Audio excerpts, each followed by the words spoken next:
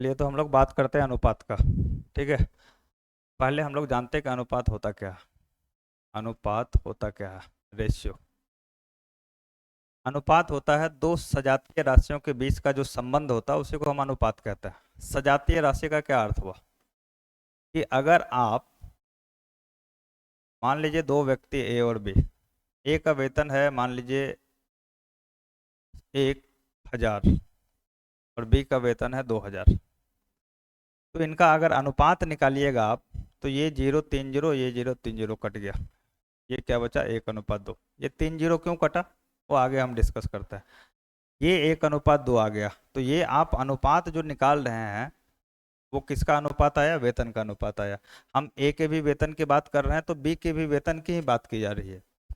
आप अगर वेतन का बात कर रहे हैं तो इस दोनों व्यक्ति के वेतन का ही बात कीजिएगा। दोनों व्यक्ति के वेतन का बात हो रहा है, यानी दोनों व्यक्ति का जो वेतन का बात हो रहा है, इसका अर्थ यह हुआ कि हम सजातीय राशि का बात कर रहे हैं, समान राशि का, दोनों के वेतन का बात हो रहा है। ऐसा नहीं कि एक के वेतन और एक के खर्च का आप बात कर रहे हैं, या एक के वेतन या एक के बचत का बात कर रहे हैं। आप वेतन और खर्च का अनुपात नहीं निकाल सकते हैं। आप अगर दो व्यक्ति का अनुपात निकाल रहे हैं तो दोनों के वेतन का ही अनुपात निकालना पड़ेगा या खर्च का ही अनुपात निकालना पड़ेगा। इसी को हम क्या बोलते हैं? सजातीय। अब एक बात और ध्यान रखिएगा कि अगर इसका 1:2 का अर्थ क्या हुआ कि बी का वेतन जो होगा वो ए के वेतन से हमेशा कितना होगा? 2 गुना होगा। 1:2 का अर्थ ये होगा कि अगर ए के पास 1 रुपये है तो बी के पास कितना रुपए है? 2 रुपये। इसका अर्थ ये हुआ कि ए के पास जितना रुपए रहेगा बी के पास हमेशा उससे 2 गुना रुपए रहेगा। 2 गुना कहने का मतलब क्या हुआ कि अगर ए के पास 1 रुपये है तो बी के पास कितना हो जाएगा? 2 रुपये। और ये हमेशा रहेगा, ये हमेशा रहेगा। ये जो इसका अनुपात है 1:2, ये हमेशा रहेगा, चाहे आप इस एक को 1,000 करे या 1,00,000 करे, 1 करोड़ करे, कुछ भी करे, ये अनुपात हमेशा 1:2 का ही होना चाहिए। 1:2 का अर्थ क्या हुआ कि आप अगर 1,000 एक वेतन कर रहे हैं तो बी का वेतन कितना होना चाहिए? 2,000। हमेशा 2 गुना होना चाहिए, बी हमेशा 2 गुना होना चाहिए। अगर ये एक ए का वेतन 10,000 तो बी का वेतन 20,000 होगा। हमेशा बी का वेतन ए से 2 गुना होना चाहिए। तो एक बात यहाँ से और सामने आता है कि आप किसी भी अनुपात में समान संख्या से गुणा या भाग कर सकते हैं, इससे आपके अनुपात पे कोई फर्क नहीं पड़ेगा। किसी भी अनुपात में समान संख्या से गुणा या भाग किया जा सकता है। हाँ, ध्यान रहे कि अगर आप यहाँ 1,000 से गुणा कर रहे हैं तो आपको बी में भी 1,000 से गुणा करना होगा। ऐसा नहीं कि आप बस एक व्यक्ति के वेतन में 1,000 से गुणा कर दिए और इसको ऐसे लिख लिए। समान संख्या से गुणा या भाग करने का अर्थ ये हुआ कि जहाँ भी अनुपात है हर जगह आपको 1,000, जहाँ जितना जिससे भी आप गुणा करना चाहिए उससे गुणा कर सकते हैं। ठीक है, लेकिन संख्या समान होना चाहिए। अब आगे बात करते हैं हम कि कुछ, देखिए, कुछ टाइप्स होता है, प्रकार होता है रेशियो का। ठीक है ना? तो पहला जो होता है वो होता है वर्गानुपात। पहला क्या होता है? वर्गानुपात। नाम से ही क्लियर है, वर्गानुपात। इंग्लिश में बोलते हैं डुप्लीकेट रेशियो। वर्गानुपात क्या होता है? वर्ग प्लस अनुपात। कोई अनुपात दिया हुआ है, उस अनुपात का अगर हम वर्ग कर दे तो उसका क्या हो जाएगा? वर्गानुपात। जैसे समझिए A/B अगर हमें दिया हुआ है 3:4, तो इसका वर्गानुपात क्या होगा? इसका आप वर्ग कर दीजिए, स्क्वायर कर दीजिए, यानी A² / B² अगर हम निकाल ले तो ये इसका क्या आ जाएगा? वर्गानुपात आ जाएगा। तो अगर आप स्क्वायर कर रहे हैं तो यहाँ भी स्क्वायर कीजिए, 3 का स्क्वायर और 4 का स्क्वायर हो जाएगा। तो ये कितना हो जाएगा? 9:16। ये जो 9:16 आया, यही A/B = 3:4 जो था, इसका क्या हो जाएगा? वर्गानुपात हो जाएगा। वर्ग प्लस अनुपात, जो अनुपात दिया हुआ है उसका वर्ग कर देंगे तो वहां से क्या निकल जाएगा? वर्गानुपात। दूसरा होता है वर्गमूलानुपात। वर्गमूलानुपात, इसका अर्थ क्या होता है? यहाँ देखिए, यहाँ वर्गमूल आ गया। वर्गमूल मतलब स्क्वायर रूट, इसको अंग्रेजी में बोलते हैं सब डुप्लीकेट रेशियो, वर्गमूलानुपात। जैसे मान लेते हैं कि आपके पास एक अनुपात है A/B = 16:25। तो इसका वर्गमूलानुपात करेंगे तो इसका वर्गमूल कर देते हैं, स्क्वायर रूट। तो ए अनुपात रूट बी अगर निकालना है तो यहाँ भी रूट आप दीजिएगा 16 के ऊपर और यहाँ 25 के ऊपर रूट। तो 16 का रूट होता है, स्क्वायर रूट का बात कर रहे हैं, वर्गमूल का बात कर रहे हैं, तो 16 का कितना होता है 4, 25 का कितना होता है 5। तो रूट ए अनुपात रूट बी जो हो गया वो क्या हुआ, ए अनुपात बी का वर्गमूलानुपात हो गया। ठीक है, तो वर्गानुपात और वर्गमूलानुपात हो गया। अब देखिए ये सब कुछ बेसिक चीज़ है, ये आपको ध्यान में रखना पड़ेगा, सवाल में इसका जरूरत पड़ेगा। तीसरा होता है घनानुपात। घनानुपात इसको बोलते हैं ट्रिप्लिकेट, ट्रिप्लिकेट रेशियो। घनानुपात, घन प्लस अनुपात, इसी को घनानुपात बोलते हैं। ठीक है, तो अगर कोई भी अनुपात है, ए अनुपात बी बराबर हम ले लिए 4:5, तो इसका घन निकालना है यानी क्यूब निकालना है। तो A cube plus B cube, sorry A cube अनुपात बी क्यूब कितना हो जाएगा, 4 का क्यूब अनुपात 5 का क्यूब। 4 का क्यूब कितना होता है 64, 5 का क्यूब 125। तो ए अनुपात बी 4:5 जो था उसका घनानुपात कितना हो जाएगा 64:125। क्या करना है, क्यूब निकाल देना है बस। यही आपका क्या हो गया, घनानुपात हो गया, घन का अनुपात हो गया। जो भी अनुपात दिया हुआ है उसका हम क्या करेंगे, घन निकाल देंगे और उसका अनुपात ही क्या कहलाएगा, घनानुपात कहलाएगा। चौथा होता है घन मूलानुपात। घन मूलानुपात इसको बोलते हैं सब ट्रिप्लिकेट, सब ट्रिप्लिकेट रेशियो। इसका अर्थ क्या हुआ, इसका अर्थ ये हुआ कि अगर ए अनुपात बी ये हमें दिया हुआ है 64:125, ठीक है, तो इसका घन मूलानुपात कितना होगा, इसका मतलब आपको क्यूब रूट चढ़ा देना ऊपर में, आपको क्यूब रूट ऑफ ए और क्यूब रूट ऑफ बी निकालना है, फिर उसी का जो अनुपात होगा वो क्या कहलाएगा, घन मूलानुपात। तो यहाँ भी आप क्यूब रूट निकालिएगा 64 का और यहाँ भी निकालिएगा 125 का। 64 का क्यूब रूट 4, 125 का 5। तो ए अनुपात बी जो 64:125 था उसका घन मूलानुपात कितना हो जाएगा, 4:5। घन मूलानुपात कितना हो जाएगा, 4:5। घनमूल निकाल देना है, घनमूल समझता है ना, क्यूब रूट निकाल देना है। ठीक है, तो ये आपका हो गया घन मूलानुपात। अब आगे देखते हैं, अब आगे हमारा होता है विलोमानुपात। एक टर्म आता है विलोमानुपात।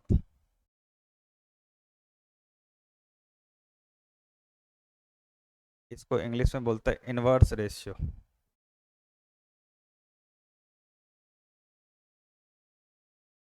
विलोमानुपात होता क्या है, विलोमानुपात होता है कि मान लीजिए कि आपको ए अनुपात बी दिया हुआ है 5:6, ये एक अनुपात दिया हुआ ए अनुपात बी बराबर 5:6, तो इसका विलोमानुपात निकालेंगे तो विलोमानुपात क्या हो जाएगा, बी अनुपात ए बराबर 6:5।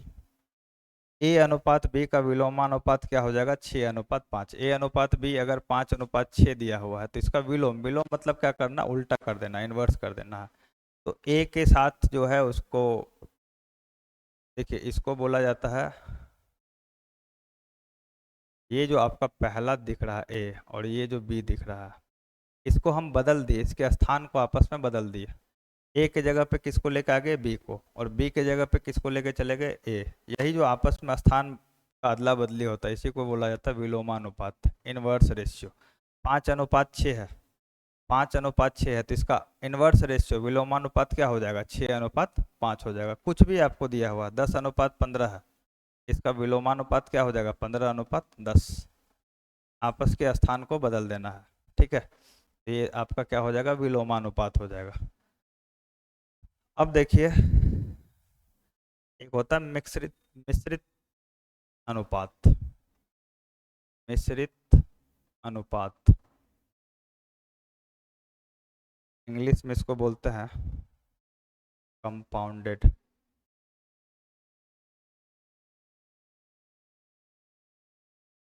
मिश्रित अनुपात क्या होता है? जैसे कि आपको हम एक एग्जांपल दे समझा रहे हैं। ए अनुपात बी बराबर मान लेते हैं 2:3, बी अनुपात सी बराबर मान लेते हैं 3:4 है, और सी अनुपात डी बराबर मान लेते हैं 4:5। तो मिश्रित अनुपात ये होता है जो ए अनुपात बी, जो बी सी और सी डी है।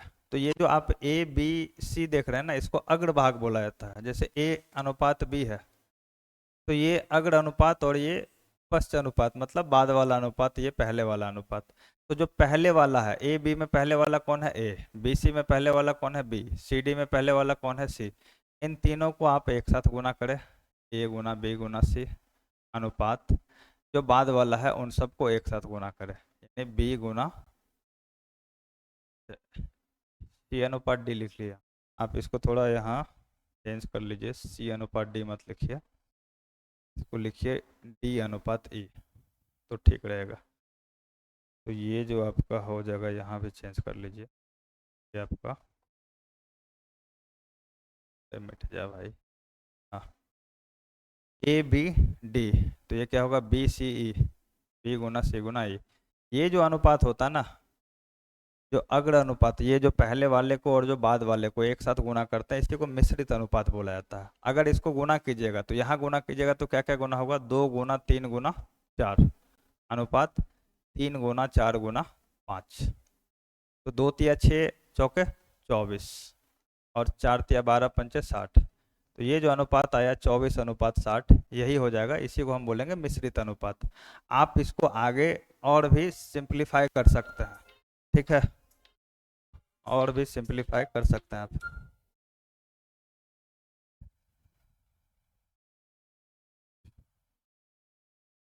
तो इसको आप सिंप्लीफाई कर देखिए, हम आपको बोले थे कि अनुपात में आप समान संख्या से गुना और भाग कर सकते हैं। आप यहाँ जरा देखिए कि 24:60 को हम और कितने नीचे ले जा सकते हैं? 24:60 में कौन सा एक ऐसा संख्या हो सकता है जिससे भाग करे तो दोनों कट जाए? तो इसके लिए हम क्या करते हैं, इसके लिए किस संख्या से इस दोनों में भाग किया जाए, सिंप्लीफाई करने के लिए, इसके सिंपलेस्ट फॉर्म में ले जाने के लिए, सबसे सरलतम रूप में अनुपात को ले जाने के लिए किस संख्या से भाग करेंगे? तो जो 24 और 60 का HCF होगा, क्या होगा? 24 और 60 का जो HCF होगा उससे भाग करते हैं। 24 और 60 का HCF क्या होगा? अगर आप 6 से भाग करें तो 6 चौके 24, और 6 से काटिएगा 15। तो 24 और 60 का HCF अगर आप निकालिएगा तो कितना होगा? 6 होगा। और HCF से अगर हम भाग कर देते हैं तो वो अनुपात जो है अपने सरलतम रूप में आ जाता है। तो ये जो 24:60 हमारा आया था, इसका सरलतम रूप क्या हो जाएगा? 4:15। तो ये जो 4:15 आया, ये इसको हम क्या बोलेंगे? मिश्रित अनुपात, ठीक है। अब चलिए, अनुपात का जो आपका बेसिक प्रॉपर्टी होता है वो आप समझ लिए क्या होता है? वर्गानुपात, वर्गमूलानुपात, घनानुपात और घनमूलानुपात। अब उससे रिलेटेड कुछ क्वेश्चन करते हैं, कुछ पहले बेसिक क्वेश्चन करते हैं कि अनुपात हम निकालते कैसे हैं। चलिए अब आते हैं क्वेश्चन पे। ये जो है ना, ये टाइप फर्स्ट है हमारा, इसमें हम एकदम बेसिक सारा कुछ देखेंगे, और ये अगर क्लियर हो गया तो पूरा आपका रेशियो क्लियर हो जाएगा। जैसे आपको हम बोले कि यदि, क्वेश्चन है, यदि A अनुपात B बराबर 2:3 है और B अनुपात C बराबर है 3:4, तो ABC का मान निकालना है। A अनुपात B अनुपात C क्या होगा? क्या दिया हुआ है? A अनुपात B बराबर 2:3 दिया हुआ है, और B अनुपात C बराबर 3:4 दिया हुआ है। तो आपसे पूछा जा रहा है कि A अनुपात B अनुपात C ज्ञात करें। इसके लिए हम क्या करेंगे? तो आप आराम से लिखिए, क्या निकालना है? A अनुपात B अनुपात C निकालना है। अब देखिए, A अनुपात B कितना दिया हुआ? 2:3, तो A के नीचे में 2 और B के नीचे में 3 लिखिए। फिर B अनुपात C कितना दिया हुआ? 3:4। तो यहाँ B का वैल्यू कितना है? 3, C का वैल्यू कितना है? 4। तो B के नीचे में कितना लिखिए? 3, और C के नीचे में क्या लिख दीजिए? 4। अब आपस में गुणा कर दीजिए। अब देखिए गुणा क्या करेंगे, हम कैसे करेंगे? गुणा करने से पहले यहाँ आप देख रहे हैं खाली जगह है और यहाँ खाली जगह है, तो जहाँ भी खाली जगह है वहाँ हम क्या लेते हैं? इसके जो पड़ोस में है, इस खाली जगह के पड़ोस में कौन है, 3 है। नीचे वाले को मत लीजिएगा, पड़ोस में हमेशा किसको लेना है, बगल वाले को। तो इस खाली जगह के नीचे में 3 है, और सॉरी बगल में 3 है, और इसके भी बगल में क्या है, 3। अब गुना कीजिए, 3 दूना 6, 3 तिया 9, और 3। अब यहाँ आप ध्यान से देखिए कि 6, 9 और 12 क्या यह अपने सरलतम रूप में है, नहीं है, क्योंकि 6, 9 और 12 ये भी किसी एक समान संख्या से विभाजित हो सकता है। 6, 9 और 12 का एलसीएम निकालिएगा तो ये 3 से तीनों विभाजित हो जाएगा। एलसीएम नहीं, सॉरी, 6, 9 और 12 का एचसीएफ निकालना आपको। 3 से विभाजित कीजिएगा तो ये कितना होगा, 3 दूना 6, 3 तिया 9, 3 चौके 12। तो जो आपका फाइनल अनुपात होगा वो क्या होगा, 2:3:4। ए बी और सी का जो अनुपात होगा वो क्या हो जाएगा, 2:3:4। अगर हम आपको बोले कि ए अनुपात बी है 5:6, और बी अनुपात सी है 3:5, तो ए अनुपात बी अनुपात सी क्या होगा, क्या करना है, यहाँ लिखिए ए अनुपात बी अनुपात सी। ए अनुपात बी कितना है, 5:6। बी अनुपात सी कितना है, 3:5। जहाँ भी खाली जगह है वहाँ किसको डालना है, पड़ोसी को। तो यहाँ खाली जगह, इसका पड़ोसी कौन, 6, इस खाली जगह पड़ोसी 3। गुना कर दीजिए, 5 तिया 15, 6 18, और 6 पंचे 30। अब क्या ये सरलतम रूप में है, क्या यह किसी संख्या से विभाजित हो सकता है, बिल्कुल हो सकता है। 3 से अगर हम तीनों जगह भाग देते तो 3 पचे 15, 3 छके 18, और 10 12 में कीजिएगा तो 3। अब यह अपने सरलतम रूप में आएगा।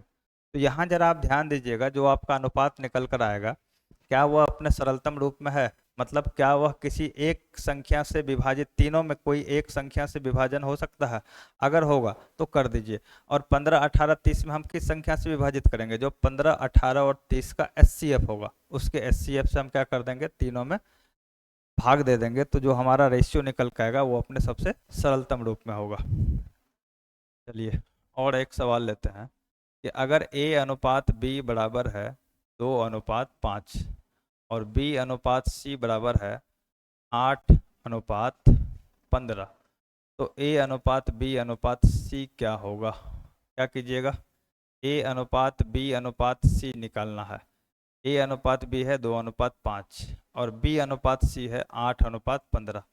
देखिए ए बी को हम पहले लिखे, यहाँ ए का मान 2, बी का मान 5, तो ए का नीचे 2 लिखे, बी के नीचे 5 लिखे। यहाँ बी का मान 8 और सी का मान 15, तो फिर बी के नीचे 8 लिखे, क्योंकि बी का 2 बार मान आ रहा है, तो बी के नीचे 2 वैल्यू लिखेंगे। और अब आप क्या कर दीजिएगा, ये पड़ोसी और इसका पड़ोसी 8 और इसका पड़ोसी 5, गुणा कर दीजिए, 8 दूना 16, 8 पंचे 40, 15 पचे 75।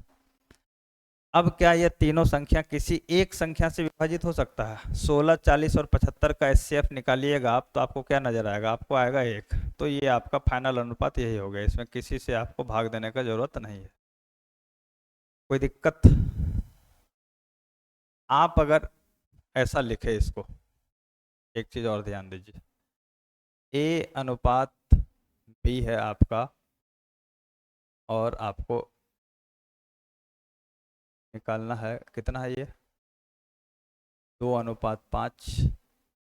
बी अनुपात सी है 8:15। तो आप चाहे तो इसको डायरेक्ट भी निकाल सकते हैं। डायरेक्ट निकालने का तरीका क्या है कि इस दोनों को आपस में गुणा कीजिए, 8 दूना 16 अनुपात, इस दोनों को गुणा कीजिए, 8 पंचे 40 अनुपात, इस दोनों को गुणा कीजिए, 15 पचे 75। तो आप चाहे तो ऐसे डायरेक्ट भी निकाल सकते हैं। क्या किए, पहले इस दोनों को हम गुणा किए, ध्यान दीजिएगा, 8 दूना 16, फिर इस दोनों को। अब ध्यान दीजिए, ये जो है ना, इसको आप ऐसे मत कि इस 15 गुना 2 कर दिए उसको भी गुणा करना, ये जो आप डायरेक्शन देख रहे हैं ना, इसी पे गुणा करना है। ये जो आप एरो देख रहे हैं इसी पे गुणा कीजिएगा, ये जो आप देख रहे हैं इसी पे आपको गुणा करना है। और फिर लास्ट में 5 गुना 15, कोई भी आप ले लीजिए। हम यहाँ एक और एग्जाम्पल लेते हैं, मान लीजिए ए अनुपात बी बराबर है 6:13, और बी अनुपात सी बराबर है 3:7। तो आपसे निकालना है ए अनुपात बी अनुपात सी, क्या कीजिएगा, 6 18, अनुपात 13 तिया 39 अनुपात 13 सतह 91। आपका आंसर क्या होगा? 18 अनुपात 39 अनुपात 91। ए अनुपात बी अनुपात सी। तो आप चाहे तो डायरेक्ट कर सकते हैं, या आप चाहे तो इस वाले मेथड से कर सकते हैं। जो भी मेथड आपको सही लग रहा है उससे आप कर सकते हैं। अब चलिए आगे बढ़ते हैं जरा। अब मान लीजिए कि आपको ऐसा कुछ दिया हुआ कि ए अनुपात बी दे दिया है 2 अनुपात 3, फिर आपको दे दिया बी अनुपात सी 3 अनुपात 4, और फिर आपको दे दिया सी अनुपात डी 4 अनुपात 5, और आपसे पूछा गया है कि ए अनुपात बी अनुपात सी अनुपात डी, इसका वैल्यू क्या होगा। तो आप आराम से यहाँ लिखिए ए अनुपात बी अनुपात सी अनुपात डी निकालना है। इस दोनों का बात करें तो ए अनुपात बी कितना है? 2 अनुपात 3, यानी ए का वैल्यू 2 तो बी का वैल्यू 3। इस दोनों का बात करें तो बी अनुपात सी 3 अनुपात 4, यानी बी का वैल्यू 3 तो सी का वैल्यू 4। और इस दोनों का बात करें तो 4 अनुपात 5, यानी सी का वैल्यू 4 तो डी का वैल्यू 5, ऐसे लिख लीजिए। अब देखिए खाली जगह कहाँ कहाँ है, तो एक खाली जगह यहाँ, एक खाली जगह यहाँ, यहाँ भी एक खाली जगह है, यहाँ भी एक खाली जगह, यहाँ भी एक खाली जगह, और फिर यहाँ भी एक खाली जगह। जहाँ जहाँ खाली जगह है वहाँ वहाँ क्या करेंगे, इसके पड़ोसी को डाल देंगे। इस खाली जगह का पड़ोसी 3, इसका पड़ोसी ये वाला 3, फिर इसका पड़ोसी 4, इसका 3, इसका 4, फिर यहाँ भी क्या डालिएगा 4। अब सबको गुणा कर दीजिए। तो 3 दूना 6 चौके 24 अनुपात 3 तिया 9 चौके 36 अनुपात 4 तिया 12 चौके 48 अनुपात 3 चौके 12 पंचे 60। तो आपका जो अनुपात आ गया, रेशियो आ गया किसका, ए अनुपात बी अनुपात सी अनुपात डी, ये आ गया 24 अनुपात 36 अनुपात 48 अनुपात 60। अब इसको ध्यान देना है कि इसमें हम कुछ कर सकते हैं क्या, इसमें हम कुछ गुना भाग कर सकते हैं। तो इसमें बिल्कुल कर सकते हैं। आप देख रहे हैं कि 24 36 48 60, तो यहाँ आपके दिमाग में आना चाहिए कि 24 36 48 60 सारा 12 12 के पहाड़ा में आता है, तो हम सब में 12 से भाग कर सकते हैं, आराम से कर सकते हैं। सब में 12 से भाग कर दिए तो 12 दूना 24, 12 तिया 36, 12 चौके 48, 12 पंचे 60। तो जो हमारा ए अनुपात बी अनुपात सी अनुपात डी आएगा वो क्या आएगा, 2 अनुपात 3 अनुपात 4 अनुपात 5। तो कैसा भी अब अनुपात आ जाए, ए अनुपात बी आपका दिया हुआ 3 अनुपात 5, बी अनुपात सी दिया हुआ है 2 अनुपात 5 लिख लीजिए, 2 अनुपात 3 लिख लेते हैं, और सी अनुपात डी मान लीजिए दिया हुआ है 6 अनुपात 60। तो और आपको निकालना है ए अनुपात बी अनुपात सी अनुपात डी, ये क्या होगा। ठीक है, इसको पहले हम लिखते हैं, ए अनुपात बी अनुपात सी अनुपात डी निकालना है। ए अनुपात बी यहाँ ध्यान दीजिए कितना दिया हुआ है 3 अनुपात 5, बी अनुपात सी कितना दिया हुआ 2 अनुपात 3, तो बी के नीचे लिखिए 2 और फिर 3, सी अनुपात दिया हो 6 अनुपात 7, तो सी का नीचे 6 और डी के नीचे 7। अब जहाँ भी खाली जगह दिख रहा है उस खाली जगह में क्या डालेंगे, उसके पड़ोसी को। इसका पड़ोसी 2, यहाँ 3, यहाँ 5, यहाँ भी क्या 5, यहाँ 6, यहाँ भी क्या 6। अब गुणा कर दीजिए, तो 3 दूना 6 गुना 6 36, 5 दूना 10 गुना 6 60, 5 तिया 15 छके 90, 5 तिया 15 17 105। तो क्या यह किसी संख्या से कटेगा। तो आप जरा देखिए 36 60 90 105, ये किसी से फर्दर डिवाइड होगा अगर इन सब का एचसीएफ निकालिएगा। अब यहाँ देखिए 36 60 90, ये तो 6 से कट जाएगा, 105 6 से कटेगा नहीं कटेगा, तो हमारा फाइनल आंसर यही रह जाएगा। तो ये समझ गए कि आपको जो भी रेशियो दिया जाएगा, ए अनुपात बी और बी अनुपात सी दिया हुआ है तो ए बी सी का अनुपात पूछा जाएगा कैसे निकालिएगा। या फिर आपको 3 दे दिया है, ए अनुपात बी दे दिया है, बी अनुपात सी दे दिया है, सी अनुपात डी दे दिया है, तो वहाँ से ए बी सी डी का अगर रेशियो पूछेगा तो कैसे निकलेगा। हो सकता है ये डायरेक्ट सवाल, अभी जो आपका बीपीएससी 7th फेज जो बिहार टीचर का वैकेंसी आया है, तो उसमें बहुत डेप्थ में सवाल नहीं रहेगा। आप उसमें एसएससी सीजीएल के लेवल का सवाल का उम्मीद मत कीजिए, उसमें एकदम बेसिक लेवल का सवाल रहेगा। हाँ, बेसिक में ऐसा सवाल नहीं रहेगा कि एकदम जो बच्चा वाला सवाल होता है, थोड़ा डेप्थ रहेगा। ये सब सवाल हो सकता है आपसे पूछ दे एक आध, कि 3 आपको दे दिया, ए अनुपात बी बराबर इतना दे दिया, बी अनुपात सी दे दिया, सी अनुपात डी दे दिया, और पूछ ले कि ए अनुपात बी अनुपात सी अनुपात डी क्या होगा। 4 ऑप्शन आपको दे देगा। तो इन सबको ज़रा ध्यान से देखिएगा।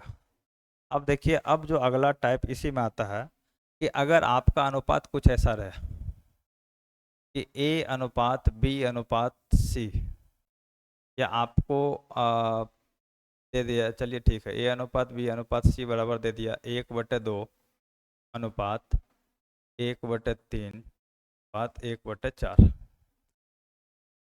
और आपसे पूछा जाएगा कि बताइए कि ए अनुपात बी अनुपात सी का जो सरलतम रूप होगा वो क्या होगा। अब यहाँ देखिए, आप बोलिएगा ये तो अनुपात में है, तो फिर ए अनुपात बी अनुपात सी निकालने का क्या मतलब है। तो अनुपात जब भी होता है ना, तो वो भिन्न के रूप में नहीं होता। अनुपात हमेशा अपने सरलतम रूप में होता है, यहाँ भिन्न के रूप में है, तो इसको हम इससे भी सिंपलेस्ट फॉर्म में ले जाएंगे, इससे भी सरलतम रूप में ले जाएंगे। उसके लिए हमें क्या करना होगा, उसके लिए हमको इंटीजर बनाना पड़ेगा, पूर्णांक बनाना पड़ेगा। मतलब नीचे में जो आप देख रहे हैं कि 2 3 4 है, इसको हटा के यहाँ क्या लाना होगा, 1। तो जब भी भिन्न के रूप में अनुपात आपको दिया हुआ हो, उसको सॉल्व करने का तरीका क्या है कि जो भी नीचे का संख्या है उसका आप ले लीजिए एलसीएम। क्या करना है, एलसीएम। जब भी भिन्न के रूप में अनुपात दिया जाएगा, तो जो भी नीचे का संख्या है उसका हम क्या ले लेंगे, एलसीएम। एलसीएम अगर 2 3 और 4 का लीजिएगा, तो ये कितना आ जाएगा, ये आपका आ जाएगा 12। और जो एलसीएम आता है, जो एलसीएम आया, उससे आप सारे अनुपात में गुणा कर दीजिए। तो आप यहाँ क्या लिखिएगा, 1/2 गुना में 12 अनुपात 1/3 गुना में 12 अनुपात 1/4 गुना में 12। तो 2 से 12 को काटिएगा 6 बार में, 3 से 12 कटा 4 बार में, और 4 से 12 कटा 3 बार में। तो ये जो आपका ए अनुपात बी अनुपात सी है, यहाँ से आएगा वो कितना आएगा, 6:4:3। तो यहाँ से जो फाइनल रेशियो ए बी और सी का आएगा वो कितना आ जाएगा, 6:4:3। तो जब भी भिन्न के रूप में अनुपात दिया रहता है, तो उसको हम सॉल्व किस प्रकार करते हैं, जो भी नीचे वाला संख्या है उसका क्या करते हैं, एलसीएम लेते हैं, और जो एलसीएम आया उससे फिर हर एक जगह गुणा करते हैं, और गुणा करने के बाद जो हमारा फाइनल रेशियो होता है वही क्या होता है, आंसर होता है। तो ए अनुपात बी अनुपात सी यहाँ से कितना आ जाएगा, 6:4:3। एक और सवाल लेते हैं इस टाइप का। अगर मान लीजिए आपको बोला जाए कि ए अनुपात बी अनुपात सी बराबर है 2/3 अनुपात 3/4 अनुपात 11/12। ठीक है, तो ए अनुपात बी अनुपात सी निकालिए, यानी ए बी सी का सबसे सरलतम रूप क्या होगा। तो आप क्या कीजिएगा, आप देखिएगा यह है भिन्न के रूप में, इसको क्या बदलिएगा, इसको बदलिएगा आप पूर्णांक में। पूर्णांक बदलने के लिए हम क्या करेंगे कि जो नीचे वाला संख्या है, नीचे में कौन कौन है, 3 4 और 12, तो उसका क्या करेंगे, एलसीएम लेंगे। एलसीएम 3 4 और 12 का क्या होगा, 12 ही होगा। 3 4 और 12 का एलसीएम कितना होगा, 12 होगा। अब सब जगह 12 से गुणा कर दीजिए। तो ए अनुपात बी अनुपात सी जो हमारा होगा वो क्या होगा, 2/3 गुना 12 अनुपात 3/4 गुना 12 अनुपात 11/12 गुना 12। यहाँ से काटिएगा 4 बार में, यहाँ से काटिएगा 3 बार में, और यहाँ से काटिएगा 1 बार में। तो 4 दूना 8, 3 तिया 9, और 11 गुना 1 11। तो आपका जो फाइनल रेशियो आ गया ए अनुपात बी अनुपात सी, वो कितना आ जाएगा, 8:9:11।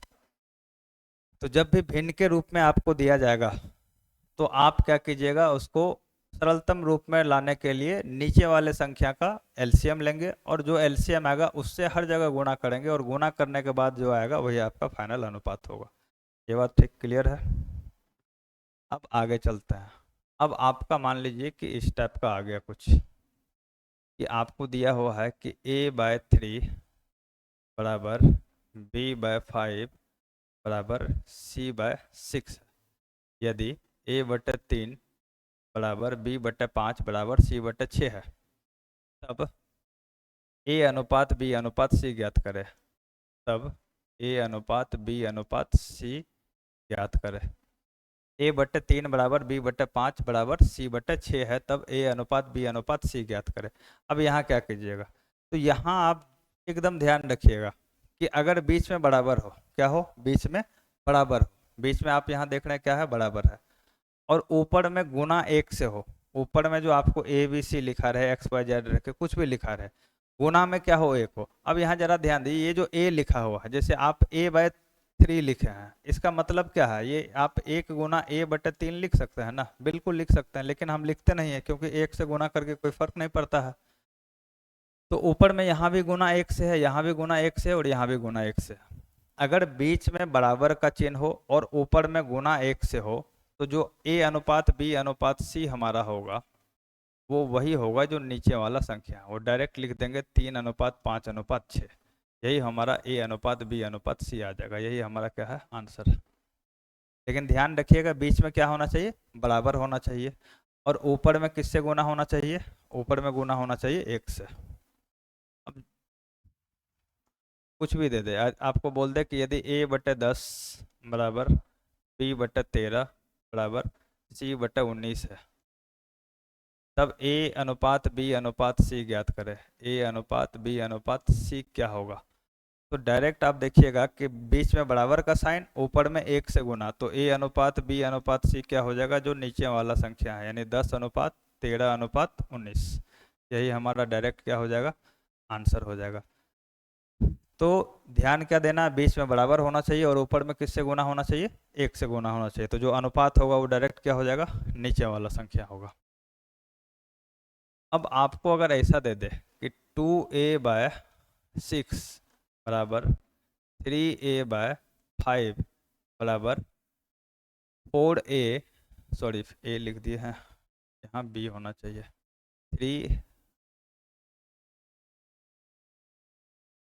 3B/5 बराबर 6C/10।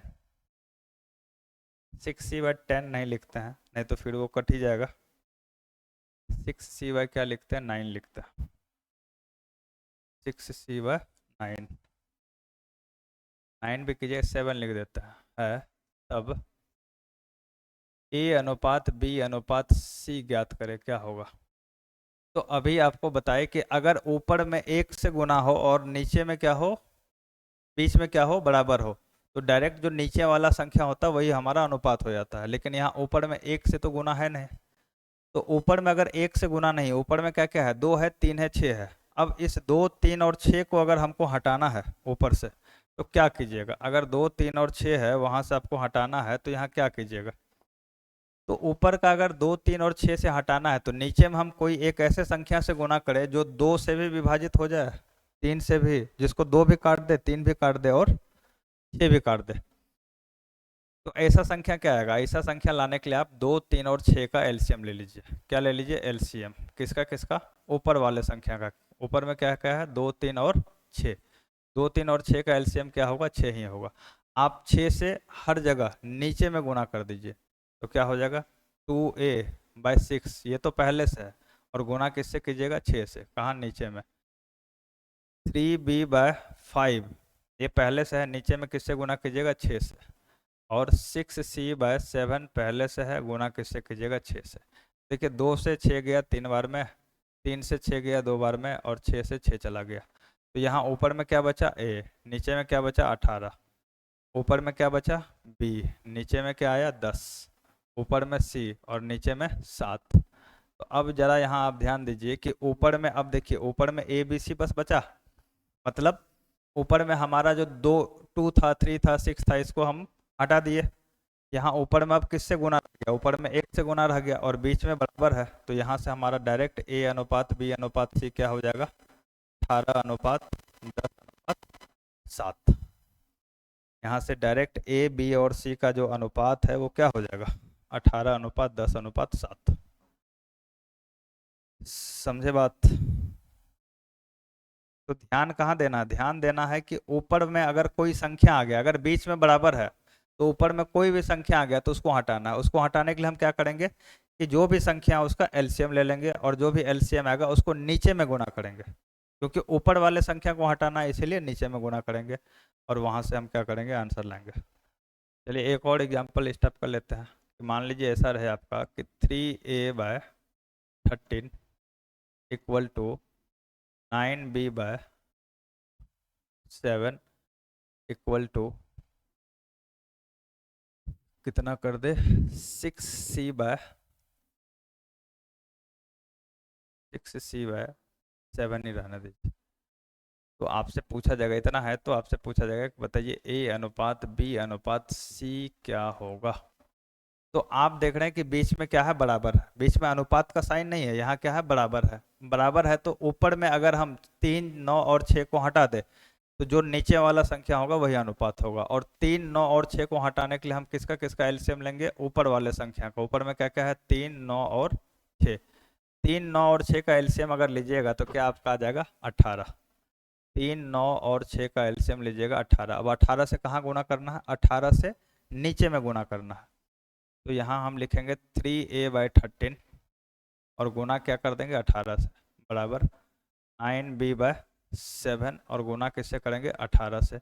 और फिर 6c/7 और गुना कर देंगे 18 से। 3 से 18 कटा 6 बार में, 9 से 18 कटा 2 बार में और 6 से 18 कटा 2 बार में। तो यहाँ बचा a और नीचे में आ गया 13 छके 78, ऊपर बचा b और नीचे में आ गया 7 दूना 14 और ऊपर बचा c और नीचे आ गया 7 दूना 14। तो a अनुपात b अनुपात c क्या हो जाएगा, ऊपर में आप देख रहे हैं कि सब जगह 1 आ गया और बीच में बराबर है, तो जो नीचे वाला संख्या होगा वही a अनुपात b अनुपात c होगा। तो यहाँ से a अनुपात b अनुपात c अगर निकालिएगा तो ये कितना होगा, 78 अनुपात 14 अनुपात 14। अब अगर इसको आप और काटना चाहे आगे तो 2 से काट सकते हैं, 2 से काटिएगा तो ये कितना हो जाएगा, 39 दूना 78, 7 दूना 14 और ये 7। तो फाइनल रेशियो जो आपका हो जाएगा वो हो जाएगा a अनुपात b अनुपात c का 39 अनुपात 7 अनुपात 7। तो ये सब जो आपको बेसिक है ना, इस पे ध्यान देना होगा, इसको समझना होगा, इसको समझने के बाद ही कुछ हो पाएगा। अब मान लीजिए एक क्वेश्चन और लेते हैं।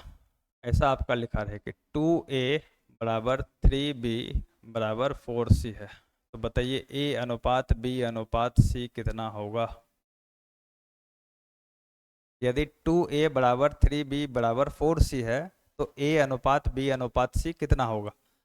यहाँ क्या कीजिएगा, यहाँ नीचे में कुछ नहीं है तो नीचे में क्या है, 1 है, और वही काम करेंगे। क्यों, क्योंकि बीच में बराबर का साइन है। बीच में जैसे बराबर का साइन आ गया तो हमारा ध्यान रहना चाहिए ऊपर वाले संख्या पे, और ऊपर वाला जो भी संख्या उसको हम एलसीएम लेंगे। एलसीएम 2, 3 और 4 का कितना आ जाएगा, 12। और ये जो 12 आया इसको नीचे में गुणा कर देंगे। अब देखिए ये 2a बाय कुछ नहीं है तो 1 है ना, यहाँ कुछ नहीं है तो यहाँ भी 1 है, यहाँ भी कुछ नहीं है तो बाय में 1 है, नीचे में 1 है। तो एलसीएम जो 12 आया उसको नीचे में गुना करेंगे तो क्या आएगा, 2a बटे 1 गुना 12, 12 ही होगा। फिर 3b/12 और फिर 4c बटे 12। यहाँ से 2 से काटिएगा 6 बार में, 3 से काटिएगा 4 बार में, 4 से काटिएगा 3 बार में।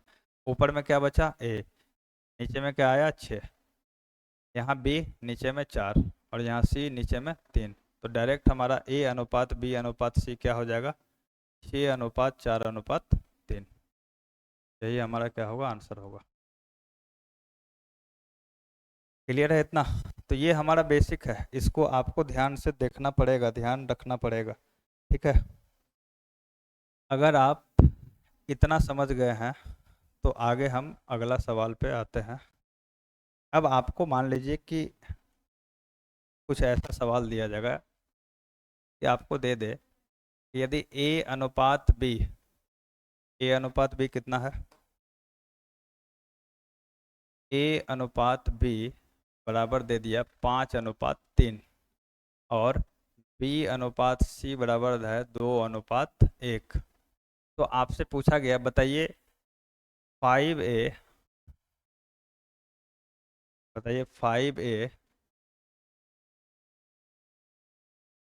अरे क्या हो रहा है, एक मिनट। आपसे पूछा जाएगा कि 5a plus 3b bye 4a minus 3b का मान क्या होगा। आपको अनुपात में दिया हुआ a अनुपात b इक्वल टू 5 अनुपात 5 अनुपात 3 और b अनुपात c बराबर 2 अनुपात 1। तो आपसे मान पूछा गया 5a plus 3b divided by 4a minus 3b का वैल्यू क्या होगा। तो यहाँ से आप क्या समझे, अगर a अनुपात b बराबर 5 अनुपात 3 दिया हुआ है तो इसका अर्थ क्या हुआ। a अनुपात b बराबर अगर आपको 5 अनुपात 3 दिया हुआ है तो इसका अर्थ ये हुआ कि a का मान कितना है 5, तो b का मान कितना 3। अगर b अनुपात c बराबर दिया हुआ है 2 अनुपात 1 तो इसका अर्थ हुआ कि b और c में b का मान 2 है तो c का मान कितना है 1। तो अब सब जगह आप a और b का वैल्यू को पुट कर दीजिए, ठीक है ना। अच्छा सॉरी, यहाँ आपको a और b का वैल्यू को पुट करने से पहले a b, यहाँ आप जरा ध्यान दीजिए कि b का जो वैल्यू है यहाँ कितना है 3 और यहाँ जो b का वैल्यू है यहाँ कितना है 2। तो आपको b का वैल्यू क्या निकालना पड़ेगा, क्योंकि b का वैल्यू दोनों जगह अलग तो हो नहीं सकता है।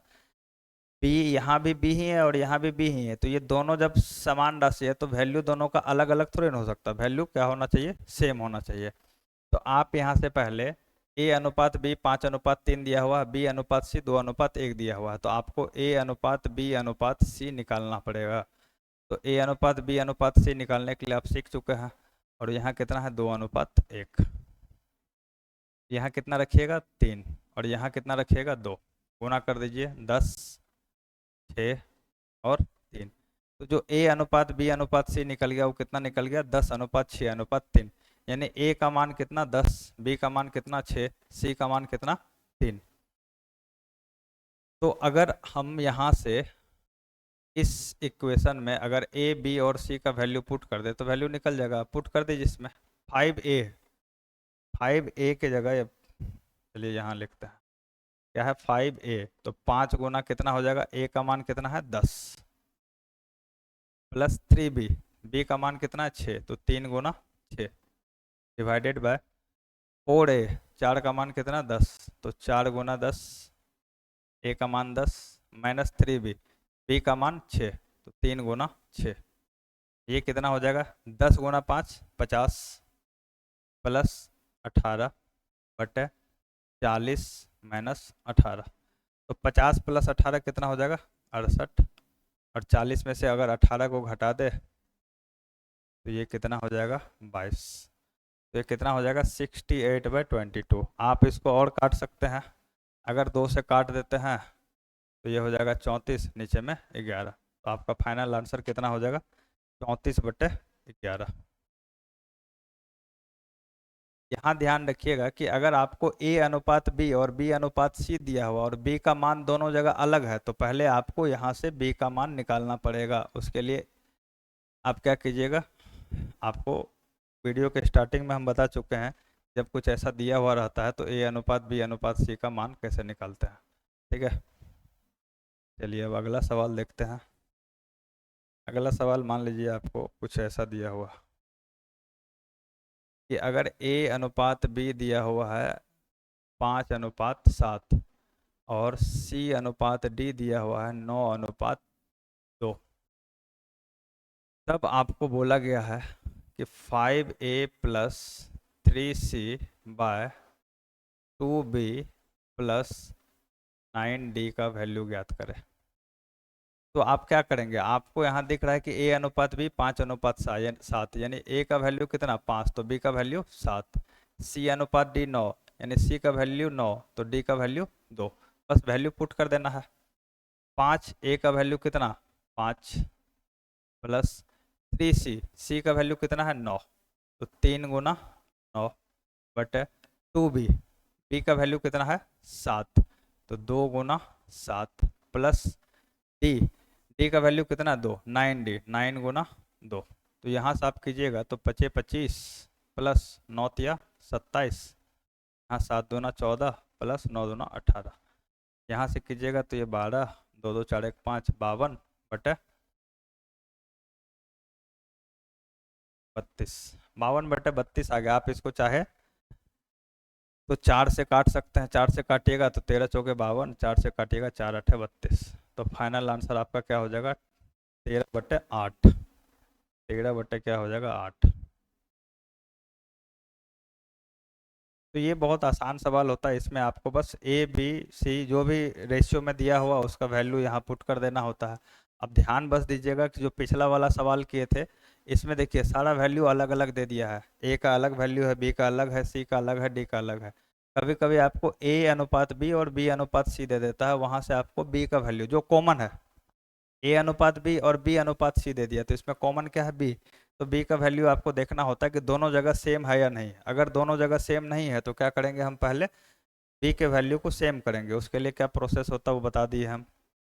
और फिर वहाँ से ए बी और सी का वैल्यू निकाल के पुट करेंगे। और जहाँ अलग अलग वैल्यू दे दिया गया है वहाँ आप कुछ भी पुट कर दीजिए, कुछ भी मतलब ए बी का जो मान है वो बी का जो मान है, वहाँ कोई आपको टेंशन लेने का बात है नहीं। तो इसका वैल्यू कितना निकल गया? 13/8। चलिए, तो चलिए अभी इतना ही रखते हैं, इतना क्लियर होगा। ये बेसिक था।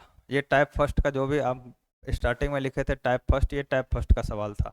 और ये बेसिक है, ये आपका आपका क्लियर हो गया। अब जो अगला हम स्टार्ट करेंगे वो टाइप सेकंड स्टार्ट करेंगे। ठीक है, चलिए तब मिलते हैं नेक्स्ट वीडियो में टाइप सेकंड के सवाल के साथ।